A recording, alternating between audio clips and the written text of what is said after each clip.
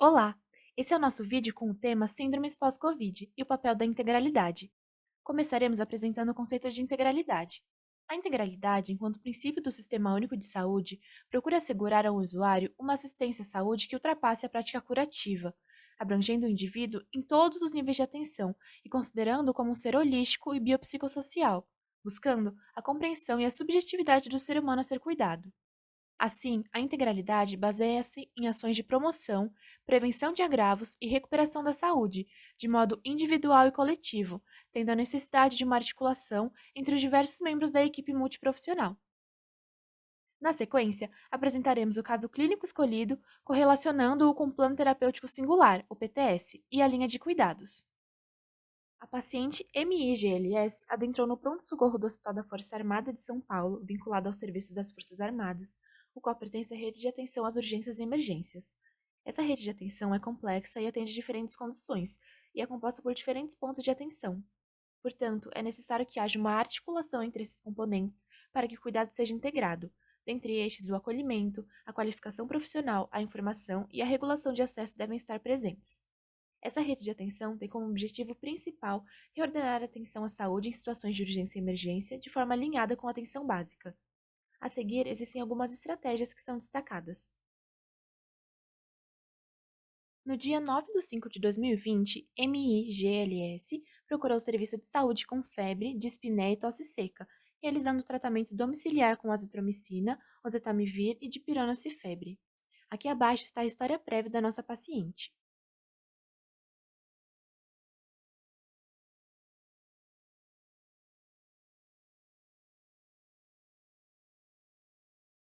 No dia 12 de 5 de 2020, ela retorna ao hospital e é admitida na emergência do hospital, com desconforto respiratório, evoluindo para insuficiência respiratória aguda, com saturação de oxigênio de 61%. Por conta disso, foi prescrito o uso de máscara reinalante, 15 litros por minuto, e sua saturação evoluiu para 90%.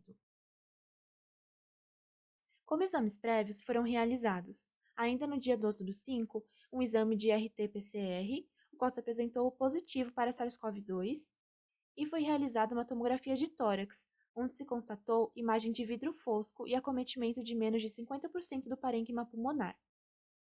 Devido ao quadro clínico, a paciente que estava consciente foi orientada para o processo de intubação orotraqueal. Foi realizada a intubação e a colocação de outros dispositivos invasivos. Em consequência da hospitalização de dispositivos invasivos, a paciente foi colonizada por Staphylococcus epidermidis, Klebsiella pneumoniae multiresistente e Candida albicans, constatada por hemocultura, urocultura e secreção traqueal. Por conta disso, foram utilizados vários antimicrobianos, descritos na tabela abaixo. No dia 17 do 5, com relação à pressão arterial de oxigênio por fração inspirada de oxigênio de 132 milímetros de mercúrio, a paciente foi classificada com síndrome respiratória aguda grave e a equipe interveio colocando-a em posição prona. Essa intervenção fez com que houvesse melhora na relação da pressão arterial de oxigênio por fração inspirada de oxigênio. Ao decorrer dos dias, houve inúmeras tentativas de extubação, porém a paciente sempre se apresentava agitada e instável. Além disso, apresentou também hipoxemia grave com parâmetros elevados de ventilação mecânica e uso de bloqueadores neuromusculares.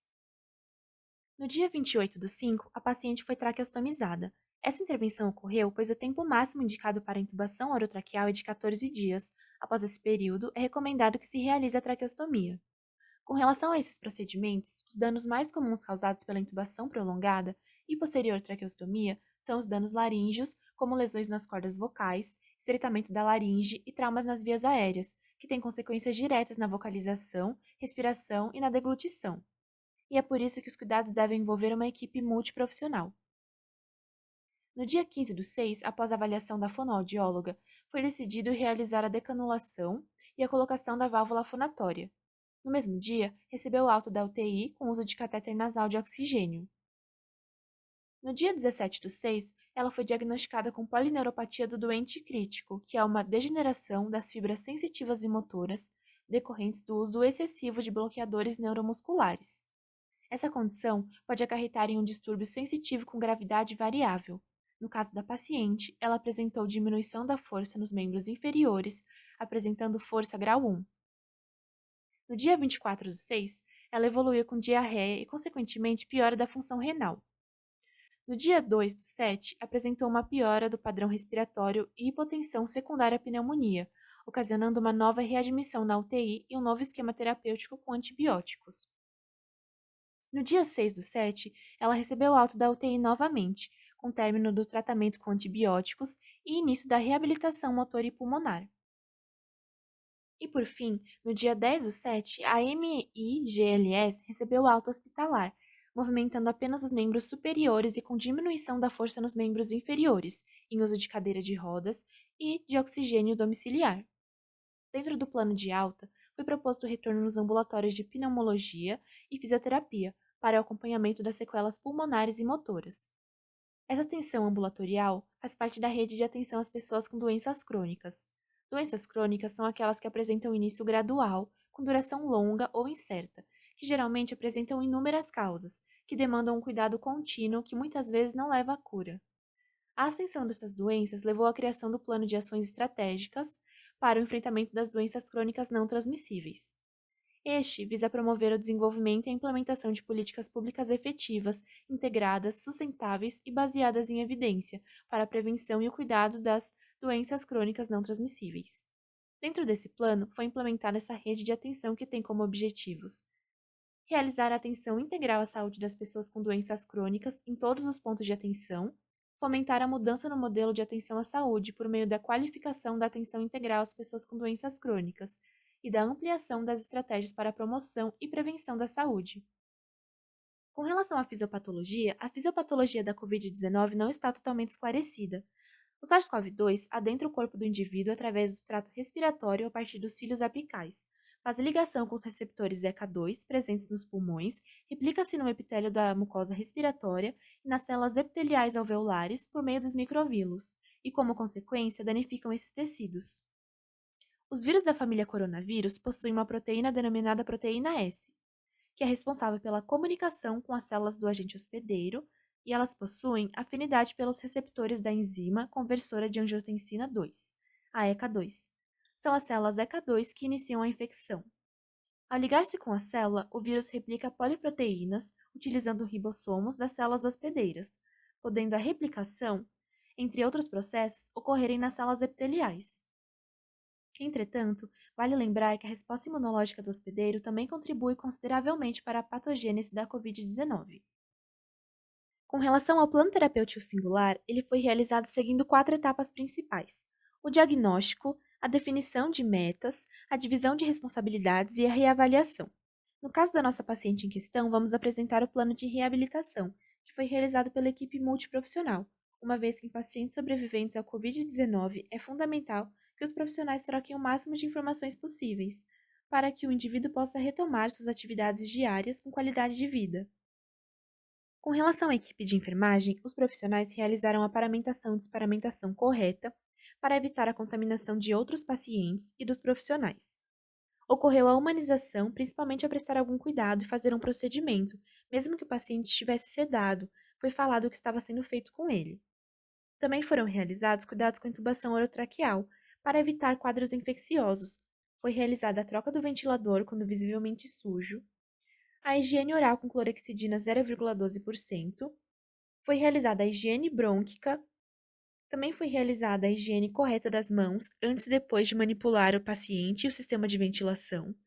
A cabeceira do leito foi mantida elevada em 30 a 45 graus e foi avaliado os níveis de sedação analgésica, sono vigília e dor através de escalas. Com relação à traqueostomia, foram realizados alguns cuidados. A paciente foi posicionada em decúbito elevado, entre 30 e 45 graus, e com a cabeça posicionada de forma a não ocluir a traqueostomia. Foi mantida a umidificação adequada e o ar umidificado foi oferecido continuamente para reduzir a tendência de acúmulo de secreções. A cânula foi mantida limpa por aspirações sempre que havia indicações clínicas de obstrução, lembrando que o enfermeiro e o fisioterapeuta deviam sempre reavaliar sistematicamente a necessidade de realização do procedimento. Além disso, a paciente foi mantida em posição prona. As diretrizes e associações de especialistas têm recomendado o uso de pronação acordada ou autopronação em pacientes hospitalizados por Covid-19, grave a crítica, recebendo oxigênio suplementar. Ela baseia-se no racional de ventilar e perfundir melhor as áreas posteriores do pulmão. Existem estudos observacionais que sugerem que essa medida pode melhorar a hipoxemia, reduzir a mortalidade e a necessidade de intubação. Lembrando que as contraindicações absolutas da realização da posição prona são pacientes hemodinamicamente instáveis, com insuficiência respiratória e necessidade de intubação imediata, pacientes com cirurgia abdominal recente, trauma raquimedular ou fraturas de coluna instáveis, vômitos ou náuseas recentes.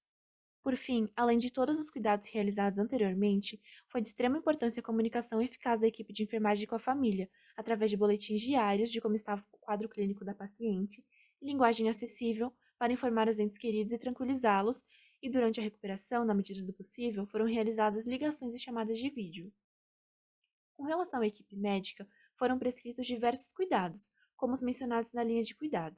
Além disso, foi importante propiciar informações acessíveis aos familiares, principalmente por meio de uma linguagem acessível para comunicar-se com a paciente, como, por exemplo, quando a nossa paciente foi avisada da intubação. Com relação à avaliação dos fonoaudiólogos, foi uma assistência fundamental para a recuperação da alimentação autossuficiente e a recuperação da fala da nossa paciente. Já os fisioterapeutas realizaram a avaliação da capacidade funcional e de força para descobrir a intensidade das terapias, através do teste do degrau, teste de marcha estacionária de 2 minutos, teste do senta e levanta, dentre outros. Eles propuseram treinos aeróbicos conforme a necessidade da paciente, exercícios para fortalecimento muscular para a recuperação dos movimentos, já que a paciente teve um quadro de polineuropatia, o que propiciou a volta à vida normal da paciente. Eles também foram responsáveis pela fisioterapia respiratória para a recuperação pós-intubação e pela estimulação elétrica funcional, que é uma corrente alternada de baixa frequência que provoca contração muscular. Ela é utilizada em terapias específicas por profissionais de fisioterapia estética através de eletrodos sobre a pele do paciente. Os terapeutas ocupacionais foram muito importantes em pacientes com perda de funcionalidade, principalmente de membros superiores que possuem indicação. Sendo assim, eles foram responsáveis por passar orientações para a adaptação de atividades de vida diária, como, por exemplo, adaptações para conseguir escovar os dentes, sozinhos, para tomar banho, dentre outros, buscando a maior independência possível dentro das suas limitações. Além disso, também auxiliaram os familiares e cuidadores a respeito das adaptações necessárias. Eles também promoveram ações de promoção e reabilitação do grau de autonomia e da participação do autocuidado, tanto durante a internação hospitalar quanto após a alta, com o objetivo de melhorar o desempenho ocupacional, diminuir os efeitos da hospitalização e contribuir para uma alta hospitalar segura e orientada. A equipe de odontologia realizou a avaliação dos pacientes internados nas UTIs, 3 vezes por semana, para a prevenção de PAV, a pneumonia associada à ventilação, e outras doenças associadas à cavidade oral, uma vez que a precariedade da higiene bucal contribui para o aumento do biofilme, com o tempo de internação, favorecendo a colonização bucal de patógenos respiratórios e com maior resistência aos antimicrobianos, gerando a pneumonia associada à ventilação mecânica. Por fim, os psicólogos realizaram o apoio psicoemocional para as novas limitações de vida, o apoio para entender todo o processo de hospitalização e para a readequação extra-hospitalar. Além disso, também realizaram atendimento às demandas de saúde mental que o Covid-19 pode gerar em pacientes que ficam muito tempo hospitalizados, sozinhos e afastados da sua rede de apoio. Auxiliaram na construção de uma nova identidade, baseada nas novas condições de saúde, e ofereceram suporte para lidar com as experiências traumáticas associadas à infecção, às sequelas e ao estresse induzido pela mudança na rotina, devido às medidas de distanciamento social.